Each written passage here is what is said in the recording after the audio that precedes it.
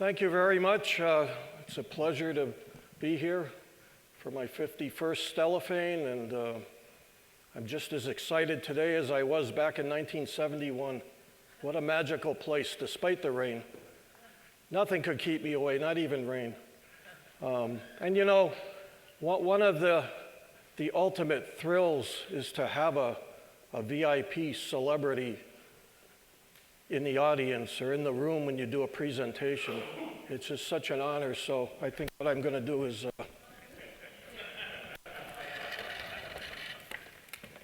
now he can enjoy my program.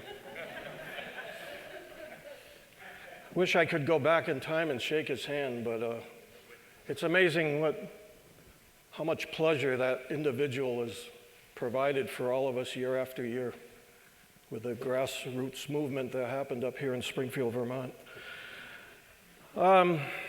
As my introduction mentioned, I'm going to be talking about a telescope in Springfield, but not Vermont. It's 100 miles south in Springfield, Massachusetts. It's a historic telescope, and last year was the golden anniversary celebration of that telescope. And as I will explain in this talk, it had intimate links not only to Stellafane and to the heyday of the amateur telescope making movement in the 20s, but also the 200-inch Hale telescope at Mount Palomar. This is also a story about perseverance because, as you might have calculated, since the last year was the golden anniversary, it took a while for this telescope to reach fruition. 2 generations of Stars Club members. It spanned 34 years. So it was a long project with some interruptions along the way. But I hope you enjoy this narrative, and it's even a peek back in time at telescope making back in the early 20th century. And if you're ever in Springfield, Massachusetts, hope you stop in at the Springfield Science Museum. We actually have in the audience today the director of the Springfield Science Museum, Jenny Powers, and the STEM curator, Kevin Kopczynski.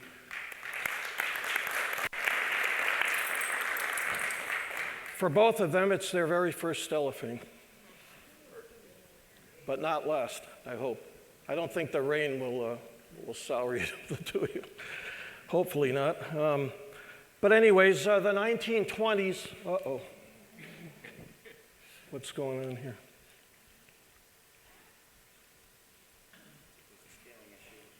Yeah, it was fine a minute ago. Okay, it's just that one. I don't know what happened. There's some weird glitches going on. The worst glitch was in the title. Some joker, I don't know if it was here or at my previous talk, got onto my computer and took the L out of the word public. And thank you to the gentleman that came up and alerted me, because that's all I would need is that in the background of all my pictures. There's always a funny person doing things like that, but anyways, okay. All right, hopefully the other slides will be fine. This was fine a few moments ago, but the 1920s was a time of burgeoning interest in amateur telescope making. And at that time, a good deal of the reason for that burgeoning interest was a man here in Springfield, Vermont, working at Jones and Lamson Machine Company, who had an abiding passion for telescope making. And as you probably have guessed, his name is Russell Porter, right here. Now, some of you probably know that Russell Porter was an Arctic explorer and did astronomy and transit measurements and different things. He was a scientist on the expedition. But his interest in telescopes and telescope making was actually born during his college years, and it's a fascinating story because you're probably aware that all around the country, especially a century ago, there were people that would set up telescopes on the sidewalk, sort of like John Dobson, but they did it as a living. They charge a nickel or a dime to look at sunspots or what have you. And his fascination began when he was a student at MIT during the late 1890s, and he had a chance encounter with a colorful character known as the Boston Common Telescope Man in Boston, Massachusetts. Porter wrote, "It was the old man with his 5 cents a look telescope standing at Brimstone Corner on the edge of Boston Common that first created in me the desire to possess for myself a telescope big enough to spread the marvels of the heavens before my eyes." This is actually, I collect, as some of you know, old books and old things to do with astronomy, mainly antiquarian astronomy books. And I love old stuff to do with the history of amateur astronomy during the 20th century and the late 19th. And one day on eBay, can that be focused a little? I guess it's all right. One day on eBay, there was this glass photograph, an old glass photograph, and it didn't even mention the telescope man, but I'm looking at it really closely, and is there a laser pointer in this? Get my laser pointer out of here.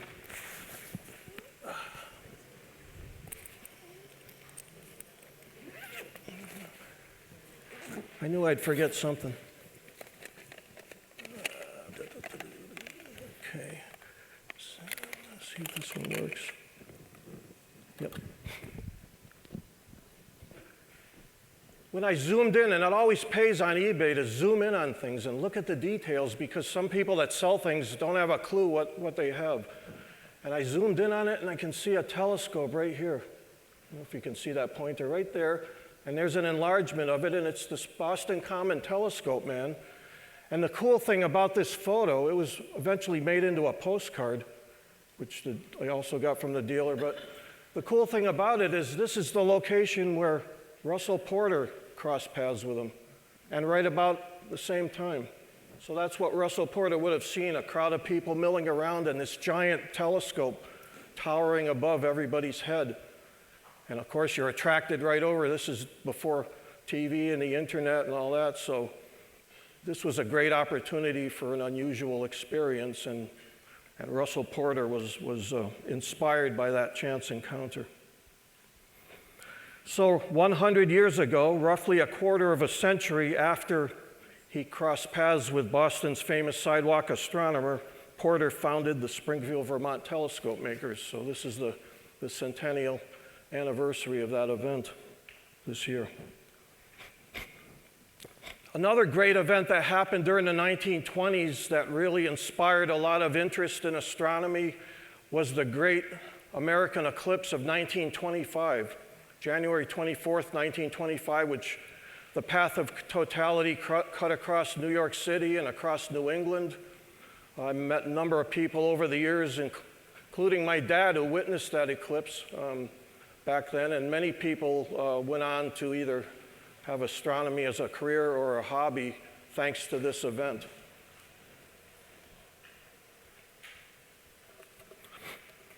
The 1920s also was when the first planetarium appeared in Germany. What an amazing educational tool that inspired people to love astronomy. It created a surge of interest in the night sky because of the realism that people experienced inside planetariums that were invented by Zeiss, and the first ones over there, but they quickly spread to the United States. And at the Science Museum in Springfield that I'm connected with, we have currently the oldest operating planetarium in the country. It was opened in 1937. I'll show a picture of it in a moment, as well as a new Zeiss projector too, an old and new planetarium under the same dome.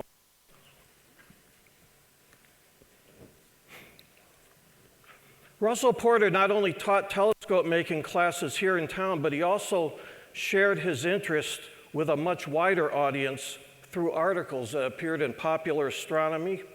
And he also teamed up with Scientific American editor Albert Ingalls to promote the hobby in the pages of that popular journal.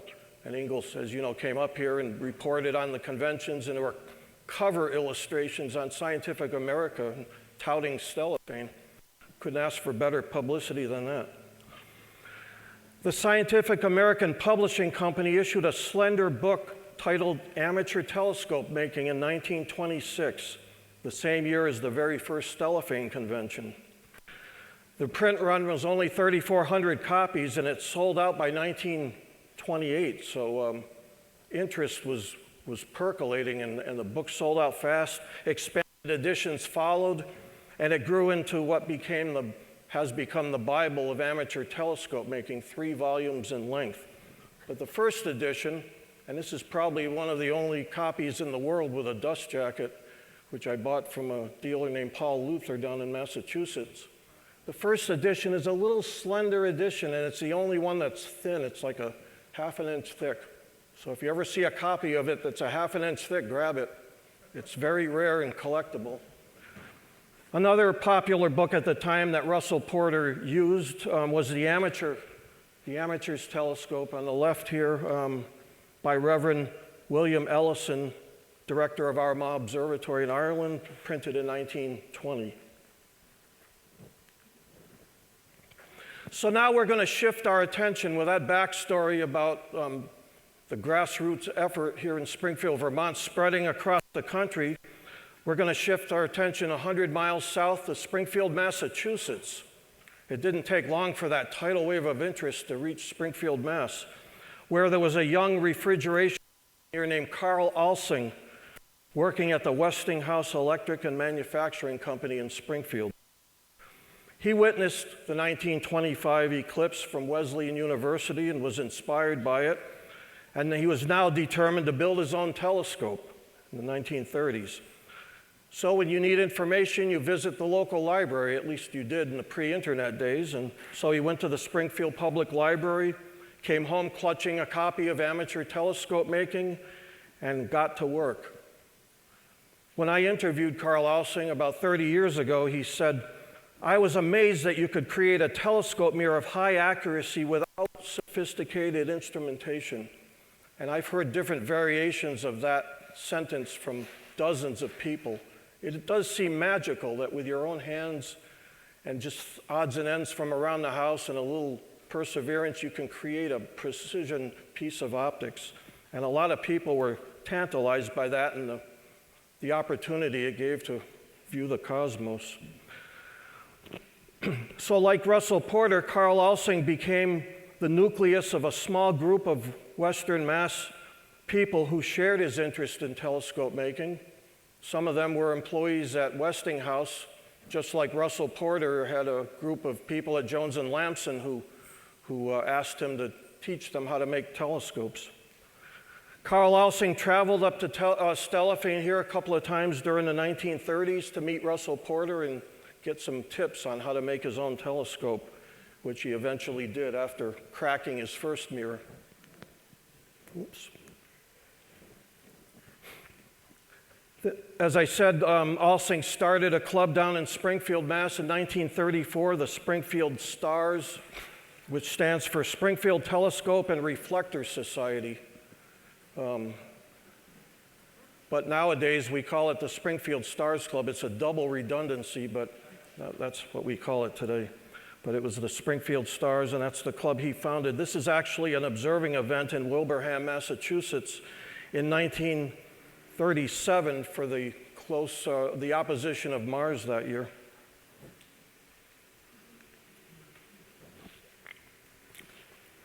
So these are some clippings from the time and photographs of early Stars Club members at work. And there's another view of Carl Alsing, the founder and first president of the Springfield Stars Club, an interesting telescope made by Malcolm Shoemaker, the VP, who was also a Westinghouse employee.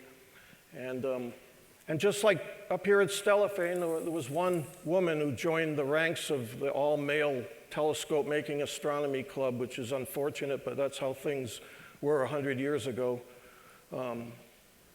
Gladly, that's changed over the years to a large extent. Now, at the same time that Carl Alsing was gathering people together and teaching them how to make telescopes, and they were working on their smaller instruments, not far away in downtown Springfield, Massachusetts, Frank Corcus and his brother John were building the Seymour Planetarium, named after an attorney benefactor who donated money to the museum.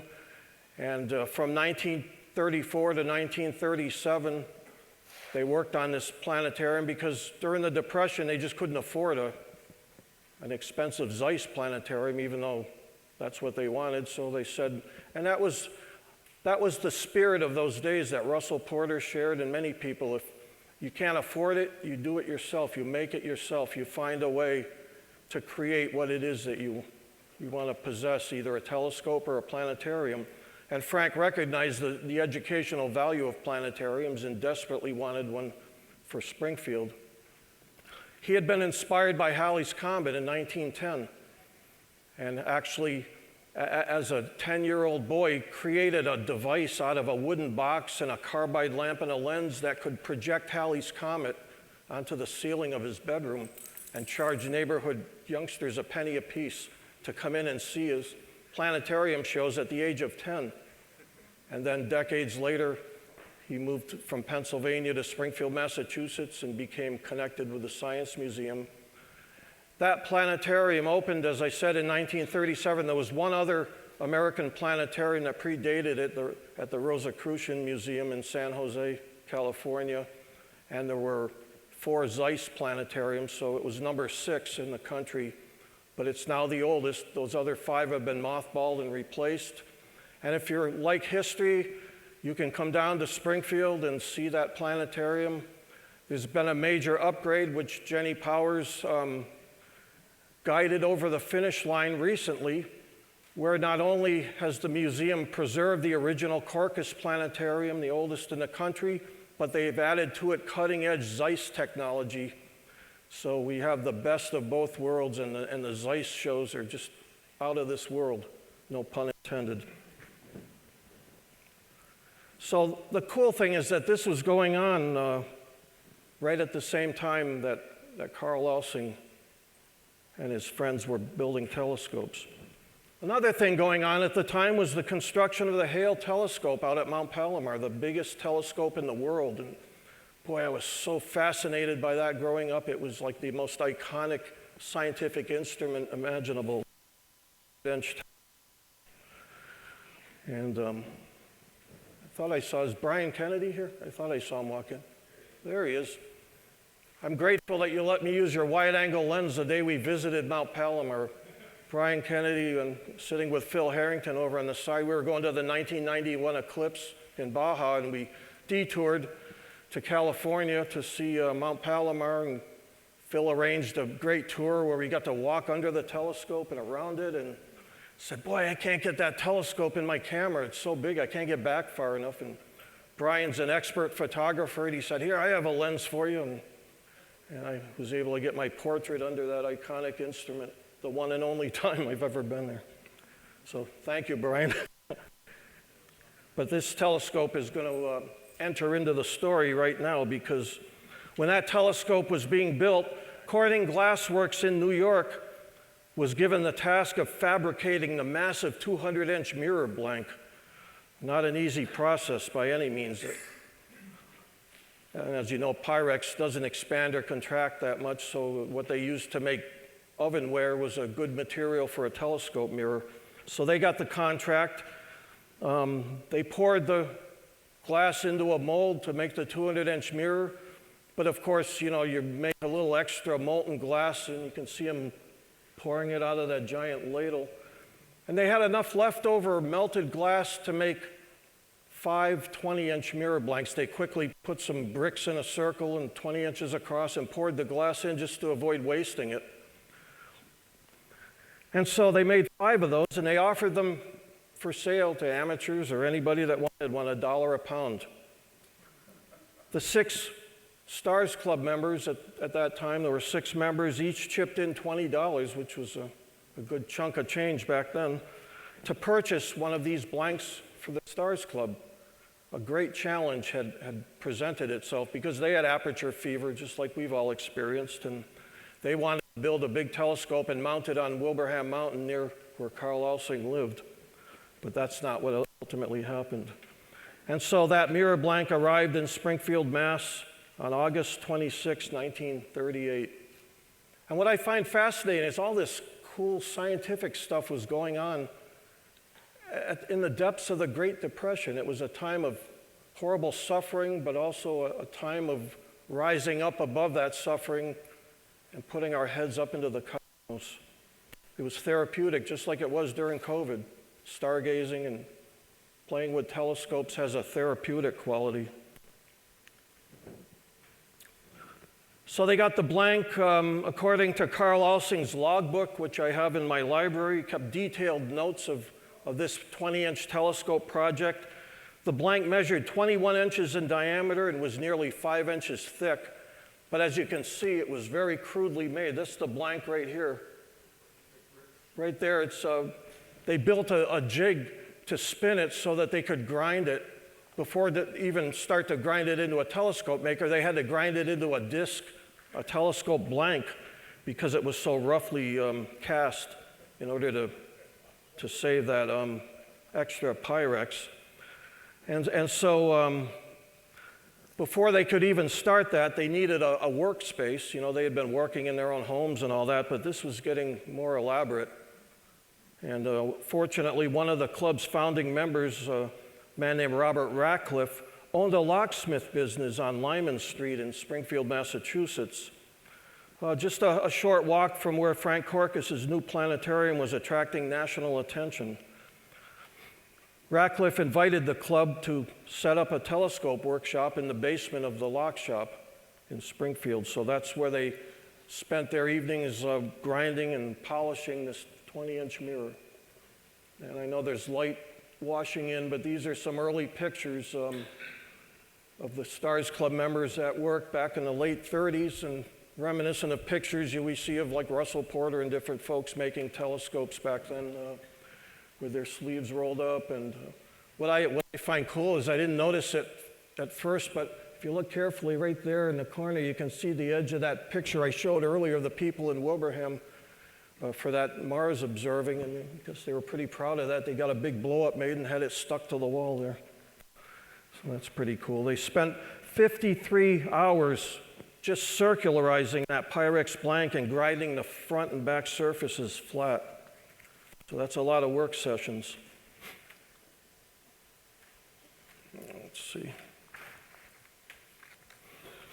62 hours of labor required to grind and polish an F5.7 curve into the Pyrex disk.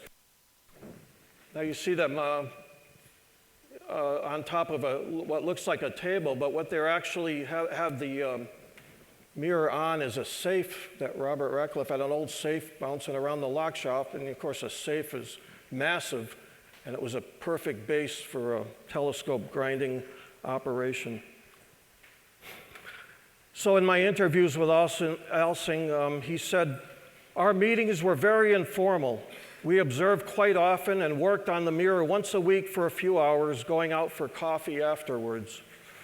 But when I read that, I wished I could step into a time machine and join in on one of those work nights. It must have been a magical time, and it was a golden age of amateur telescope making. People came by, they got articles in the newspaper. People came by to visit, including Frank Corcus from the Seymour Planetarium, and two enthusiastic local amateur astronomers. A few of you might have known one or both of these individuals from Stellafane, Jack Welch and Warren Fillmore. Both have long since passed away, but they were good friends of mine back in the early days. I really think it's remarkable that Springfield, Massachusetts, during those dismal years of the Great Depression, that Springfield was the home not only to a group of amateur telescope makers, but also a team of amateur planetarium builders. For some reason, interest in the heavens were blossoming in Springfield, Vermont, and Springfield, Mass. As I said, Carl Alsing carefully recorded the details of the project in a logbook, and there's one page from it. I can't see the pointer anymore, but that's one page. There's like 40 or 50 pages of notes. But the last entry is dated October 21st, 1941, focused on polishing and creating a pitch lap, and there the chronicle ends. You can probably guess why it ended there. The huge disruption of World War II, which also caused Stellafane to stop happening for a number of years because of that disruption and the efforts to assist in providing optics or what have you, and some Stars Club members fought. One club member died in the Bataan Death March. People ended up moving away. So that last entry was only like less than 2 months before Pearl Harbor. So the project began during one calamity, the Great Depression, and it was derailed by World War II. It was gasoline rationing that made it impossible for members to attend work sessions, and the club activities were limited to occasional observing get-togethers. So there was a little bit of activity, but you had to watch how far you drove. The mostly completed 20-inch mirror was handed off to the Science Museum for safekeeping. So if they chose between telescope making and observing, they preferred to be outdoors looking at the beautiful heavens and put the telescope project on hold.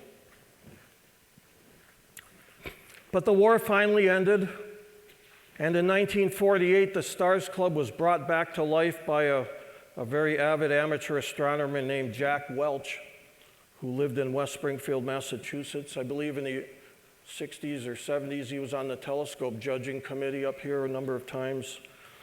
And when he reformed the club, the focus shifted from strictly telescope making to general astronomy. Some members still were making telescopes, but it was more a general astronomy club, which caused the membership to increase. He could no longer have meetings in his living room as he was doing, so the base of operations shifted to the Science Museum, where the club continues to meet to this day. The club down in Springfield, Mass. Continued to grow, but the 20-inch telescope remained on hold until a new generation of members resurrected the project. Spearheading this effort was Warren Fillmore, a dear friend and mentor of mine who died too young back in the 70s. But as a young man, he had also seen the 1925 eclipse. See the influence of that one event? Just going down like a thread through time, still influencing people and the things they're doing, an eclipse that none of us saw. But it's still having an effect on what we do because so many people were inspired by it. And Warren had seen it. He was working at Mass Mutual Life Insurance in Springfield, and as a young man, he went up on the roof and spied it from the roof of Mass Mutual. Well, I should say that last picture is from the Stellafane website, which has some great history. And this is the Maksudoff Club that used to meet here, a club devoted to the Maksudoff telescope design that was becoming of interest to more advanced amateur telescope making. It's much more difficult than a standard Newtonian, but well within the capability of amateurs. And there's Warren Fillmore and Dr. Richard Scott, another Stars Club member who has helped build our telescope down in Springfield. And there's John Gregory right there for the Gregory Maksudoff telescope was named for him, and Dmitry Maksudoff over in the Soviet Union. And there's Alan McIntosh, who founded and led the Mac Club for many years. I actually went to the meetings the last few years it existed before it dissolved in the 1970s. It was an interesting group of advanced telescope makers.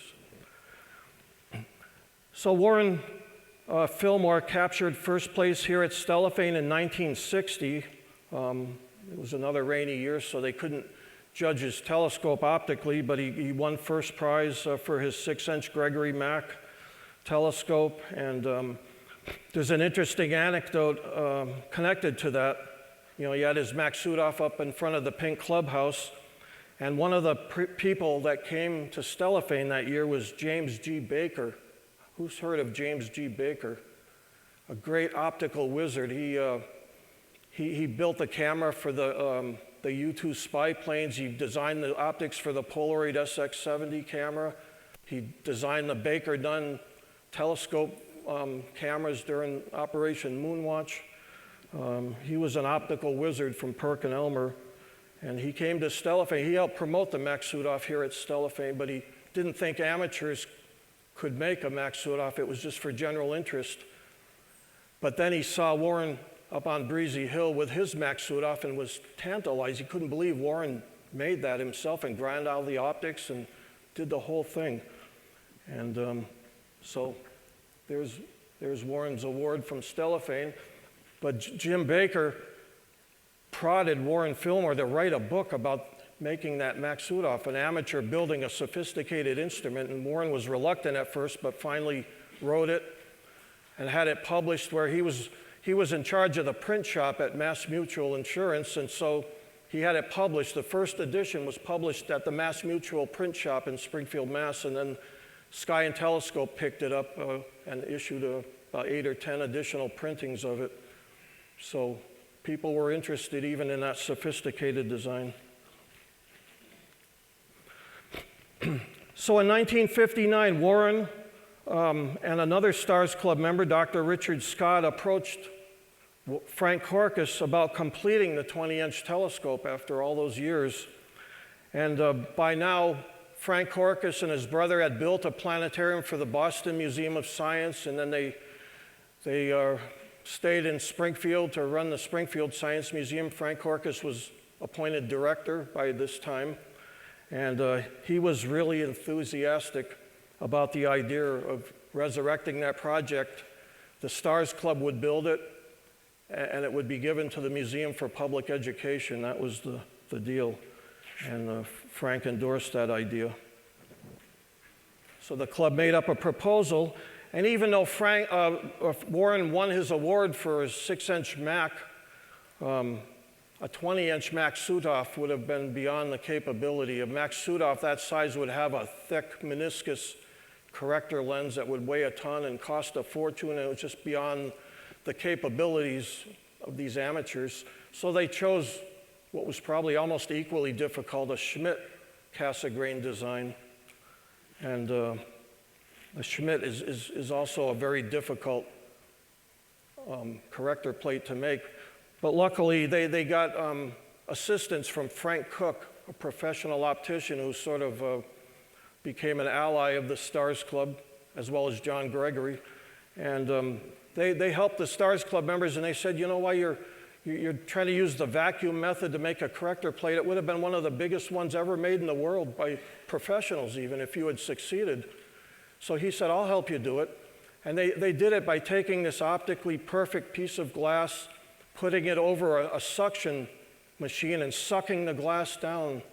The vacuum sucks it down to a certain saget, to a certain depth, and then with that suction in place, they would grind and polish a perfect spherical curve into the mirror that's deformed because of the vacuum. And then when they release the vacuum, it pops back up into a Schmidt curve. I don't understand the math, but that's how I understand it was done. And it was an amazing job to be done by amateur astronomers, and was written up in the Optical Society of America journal. And there was also a little note about it in the very first issue of Sky and Telescope magazine. So they chose the Schmidt Cassegrain design because, of course, the corrector plate would be thinner and lighter. Also, that design allowed the eyepiece to be down near the floor, which was kind of a necessity when you're going to have families and young kids standing in line. You don't want to have to climb ladders to access the eyepiece. And they decided that the dome, you know, you're going to build an observatory on top of a building. What about vibrations? Well, there was a new wing on the museum that had a massive elevator shaft over a freight elevator that went down into the ground, and big, thick slabs of cement. So they built the dome on top of the freight elevator shaft. And fortunately, nobody ever uses the freight elevator at night when you're observing, so that's the only thing that would cause vibrations, but it served its purpose beautifully. And so The dome was placed on top of that. So they came up with this plan. They got a group of people with experience. They've got experts helping. But there was one big obstacle. Can anyone guess what it is? Money. Yeah, money. And that sort of delayed things. You know, they had this proposal, but things sort of stayed on hold for a number of years. And then finally a large anonymous contribution appeared, and the project moved forward. A telescope committee was formed. That's Warren Fillmore on the left. This is his workshop in Wilbraham, Mass. The man with the hook in front of one eye is Dr. Richard Scott. He's a surgeon. He proficient at mathematics. He helped figure out the optics for the telescope. Frank Corcus is third from the left, director of the Science Museum, and Edson Wood was a mechanical engineer who lent his expertise to the project. And there's some pictures of the folks constructing the 20-inch telescope. You saw the early generation of Stars Club in the 30s. This is a new generation in the 60s. My, how things have changed. A little bit more sophisticated. And one of my treasures of my collection is this plug on the upper right that came out. You can see Warren slipping it out of the mirror, the plug that's where the light will go through to the eyepieces because it's a Cassegrain, so there had to be a hole. They put the piece in to grind and polish it and remove it. And John Gregory built the eyepiece assembly with multiple eyepiece assembly that was put on the outside of the tube. So when Dr. Richard Scott died in his 90s a few years ago, I inherited this piece of what looks like a piece of junky glass with chips in it, but it's a piece of the Mount Palomar melt that came out of this 20-inch telescope. So it's a precious item for me, and I got to find somebody that can inscribe some provenance on it so that when I'm gone, it doesn't get thrown in the trash. It'll end up at the Springfield Science Museum. It'll make a good paperweight, Jenny. And this is kind of interesting. And of course, just like the picture of Russell Porter, you know, whenever there was an important thing back in those days, people put on a suit and tie for pictures. But this on the left is Warren's award-winning telescope that was up here at Stellafane in 1960. And on the right is the 20-inch Schmidt. And you can see the similarities in design. It's a really nice, efficient, massive, vibration-free design. Unfortunately, Warren's telescope is lost in history. When his wife passed away, it was given to some private school somewhere and never could track it down, which is a shame. But maybe it'll appear on eBay someday. And there's a picture on the left of the group of people on opening day. It was a very difficult project, probably at the limits of the capability of a professional amateur-built telescope for public education. And on the right is how it appears today. And there's the eyepiece assembly that John Gregory made. I love all these little links to people that, you know, I need to get a little brass plaque and put it on that, made by John Gregory. And so the telescope crossed the finish line in 1972, just in time for the Stars Club hosting the NERAL convention in Springfield, Massachusetts at the Science Museum. Don Menzel was the keynote speaker, the director of Harvard. He's on the left right here. Talked about the upcoming eclipse of the century in 1973. And that convention served as the grand unveiling and the grand opening of the 20-inch telescope at the museum. And Doc Scott gave a presentation about the 34-year saga of that public telescope.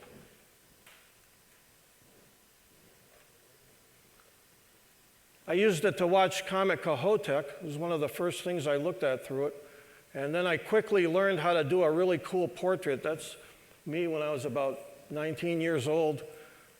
At night, I set my camera up on the roof, open the shutter, put it on bulb, run in the observatory with a slit open and rotate it so the observatory slit becomes the camera shutter, like a focal plane shutter showing the whole interior. And that's how it looks today. essentially the same. It needs some upgrades. It's actually under the supervision of Kevin. 20 minutes?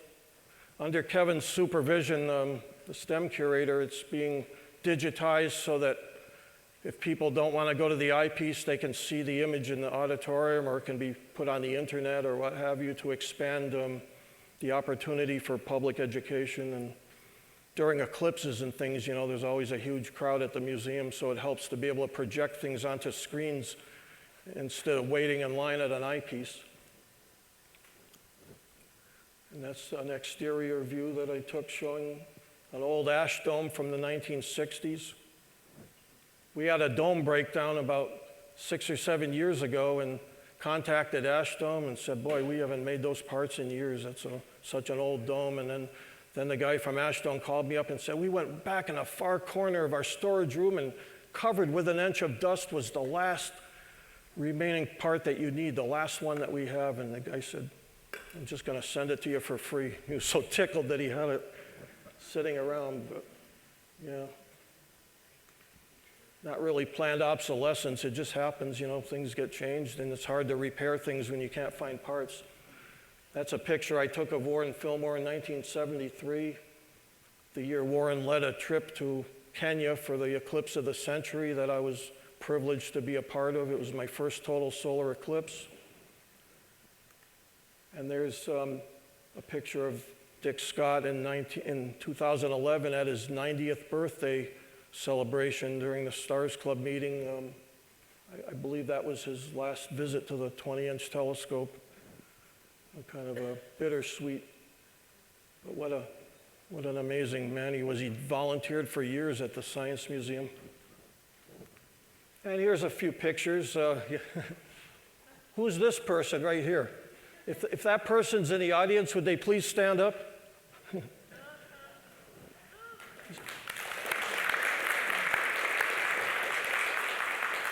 That was taken 8 years ago. Caitlin Goulette's a freshman now, or you'll be a sophomore, right? Next year, a sophomore in high school. She started an astronomy club in their junior high. She's running an astronomy club in her high school. She's on the board of directors of the Stars Club. She participates at the museum in public education. She's the editor of her own publication called The Starry Scoop, which you can get. You want to give us the address for that?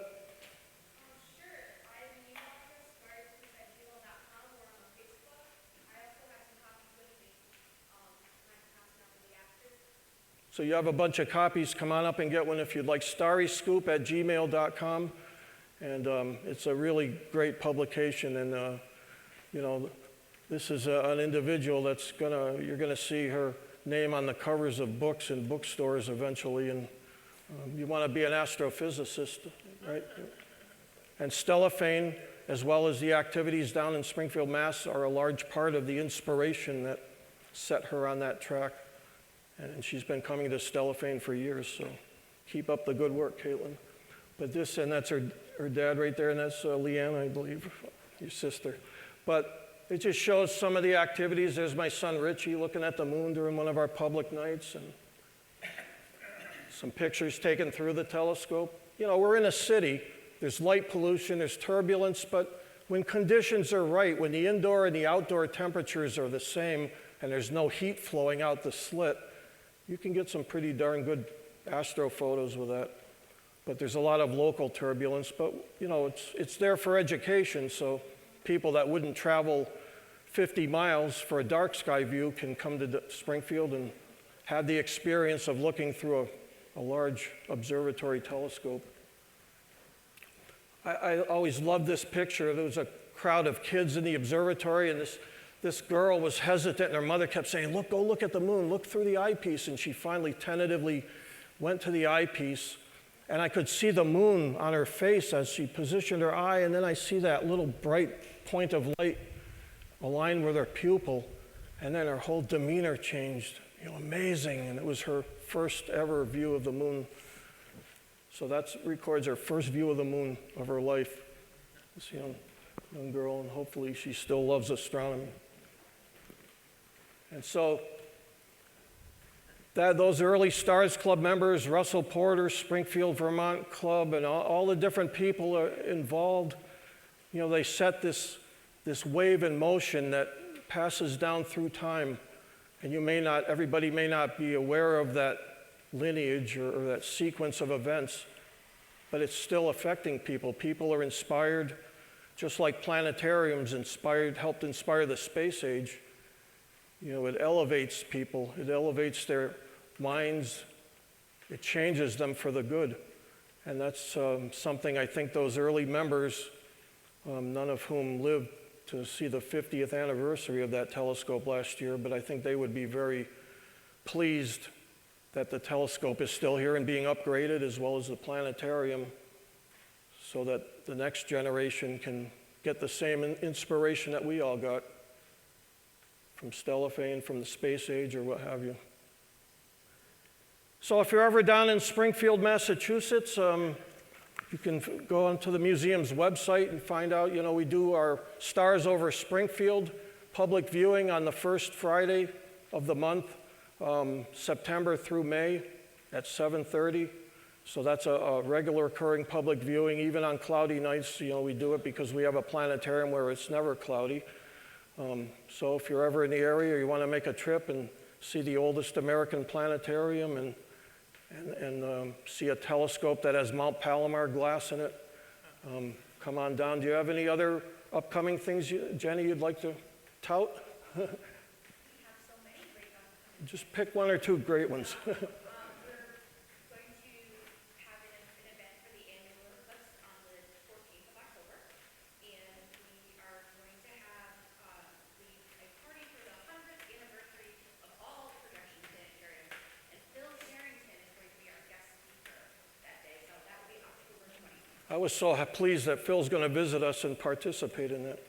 Thank you. And I must say that the best thing that could have ever happened to Springfield Science Museum is to have a director who loves astronomy and is devoted to promoting astronomy and education and keeping all the infrastructure updated. Thanks for all your hard work, Jenny. It'll certainly pay dividends down through time, as we see with Caitlin. Thank you, folks.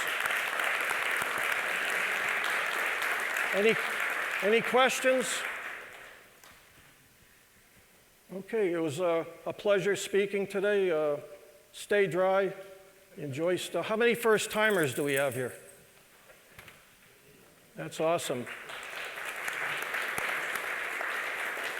I hope you find it as magical as I did when I came in 1971 for the first time, and folks like Phil Harrington and different people that just are driven to come year after year. It's not a vacation or a trip, it's a pilgrimage. That's the mentality. It's a pilgrimage. It's a spiritual experience. And I hope you all feel that way, you newcomers, and enjoy the weekend. Thank you.